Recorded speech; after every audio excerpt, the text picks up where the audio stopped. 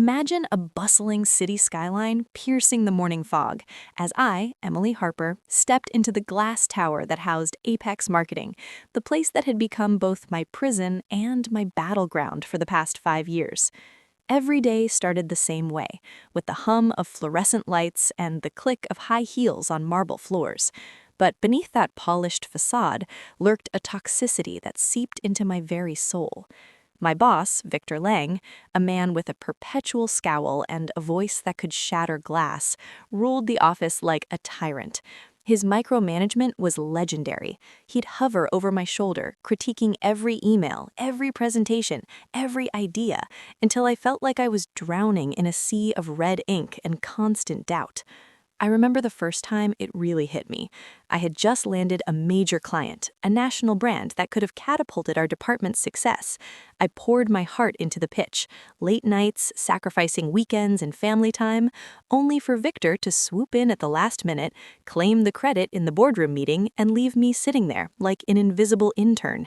The applause was for him, the bonuses went to his pocket, and I was left with nothing but a pat on the back and a reminder to do better next time. That was the beginning of the burnout, a slow, insidious fire that started in my chest and spread to every part of me. I'd wake up with anxiety gnawing my stomach, dreading the commute, the endless meetings where my ideas were stolen or dismissed. Victor's screams echoed in my dreams. He'd yell about deadlines that he himself had mismanaged, blame me for his oversights, and make me feel small, worthless, like I was lucky to even have a job in this cutthroat industry. The office was a pressure cooker. Colleagues whispered about his outbursts, but no one dared speak up. HR was a joke. They'd nod sympathetically during my complaints, but nothing ever changed. Victor was untouchable, a rainmaker who brought in revenue, so his behavior was excused, overlooked even, rewarded. As the months turned into years, the toll on my health became unbearable. Headaches that pounded like drums, insomnia that left me staring at the ceiling until dawn, and a weight loss that made my clothes hang loose on my frame. I started questioning everything. Was this the life I wanted? Had I sacrificed my passion for marketing, my creativity, my joy for a paycheck that barely covered the therapy sessions I now needed? My husband noticed the change. He'd beg me to quit, find something else. But I was trapped, or so I thought, by the golden handcuffs of stability, the fear of starting over in a competitive field. But deep down, a spark of rebellion was igniting, fed by every stolen credit, every humiliating meeting, every time Victor's voice rose to a roar, calling my work inadequate, my efforts lazy. It was during one particularly brutal week that the turning point came. We were pitching to Luxe Cosmetics, a high-profile account I'd nurtured the relationship for months, building trust with their CEO through personalized strategies and innovative campaigns. Victor, as usual, inserted himself, demanded changes that diluted my vision, and then presented it as his masterpiece. But this time, something snapped inside me. As he basked in the client's praise, I sat there fuming, realizing that I had the power, the knowledge, the connections to do this on my own. Why was I letting this man, this bully, steal my thunder? The idea of revenge started as a whisper in my mind. What if I quit? What if I took my talents elsewhere? What if I took the clients with me? Legally, of course. I wasn't about to burn bridges recklessly. No, I was smarter than that. I began documenting everything. Emails where Victor claimed my ideas as his, performance reviews that contradicted his public criticisms, even recordings of his tirades where state laws allowed it. I reviewed my contract. The non-compete clause was there, but it had loopholes. It didn't cover all industries, and it expired after a year. Plus, many clients had personal loyalty to me, not to Apex. The plan formed like a storm gathering on the horizon. I'd bide my time, build my case, and strike when the iron was hot. The burnout reached its peak on a rainy Friday. Victor called me into his office, his face red with rage over a minor typo in a report that he had approved. He screamed for what felt like hours, calling me incompetent, threatening my job, and finally telling me to get out of his sight. I walked back to my desk, tears stinging my eyes, but instead of breaking, I felt a clarity, a cold, determined resolve. That night, I updated my resume, reached out to a lawyer friend who specialized in employment contracts, and started sketching out my business plan. Harper Creative, a boutique marketing agency that would prioritize creativity, respect, and work-life balance over toxic hierarchies. The next few weeks were a blur of secret preparations. I met with clients under the guise of routine check-ins, gauging their satisfaction with Apex, hinting at potential changes without breaching any ethics.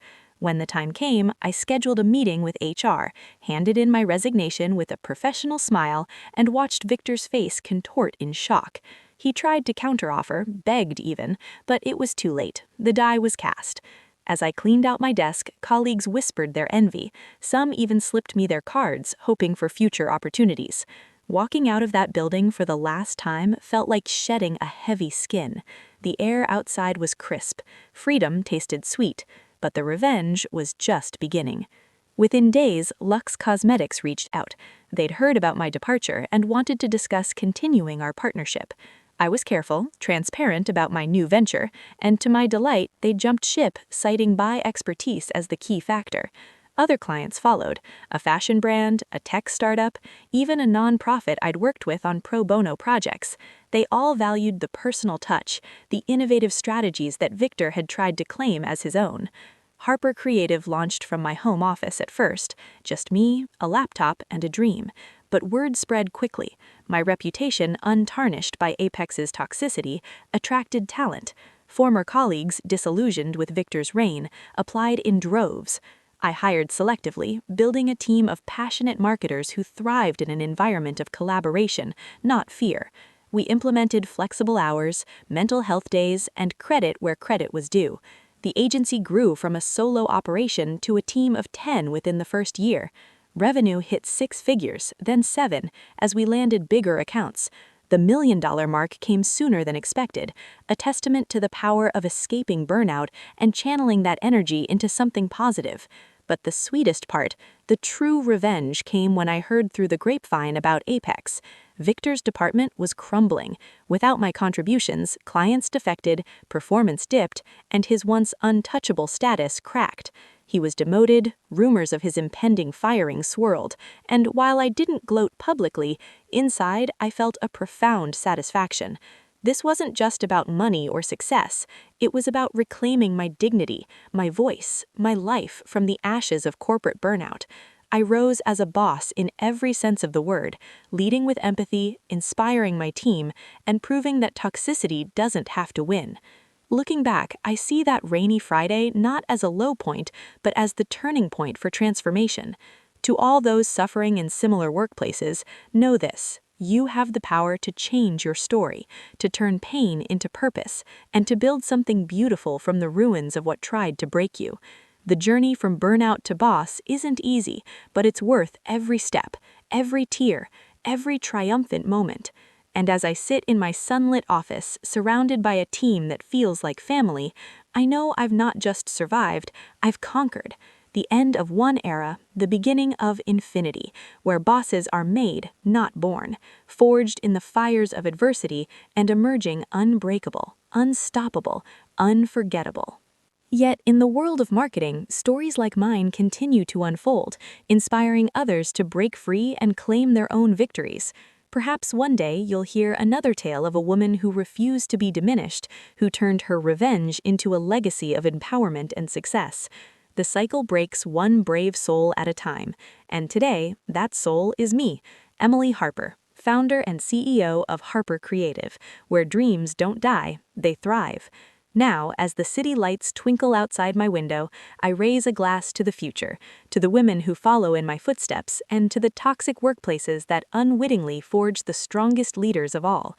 Here's to burning bright, not out, to rising from the corporate ashes like a phoenix reborn, and to the sweet, undeniable taste of well-earned revenge that lingers like fine wine on the tongue of triumph. But let's delve deeper into the emotional layers, the fear that gripped me during those final weeks at Apex, the what-ifs that plagued my nights. What if the clients don't follow? What if the agency fails? What if I'm not as good as I think? But each doubt was met with evidence, my portfolio bursting with successes, my network solid, my skills honed by fire. The first solo pitch post-Apex was terrifying, hands shaking as I presented to a potential client. But when they signed on the spot, the rush was intoxicating. Validation, pure and unfiltered, from Victor's shadow. The growth of Harper Creative brought its own challenges, managing cash flow, navigating hires, dealing with difficult clients. But each hurdle was surmountable because I was in control, the captain of my ship, not a deckhand on someone else's sinking vessel.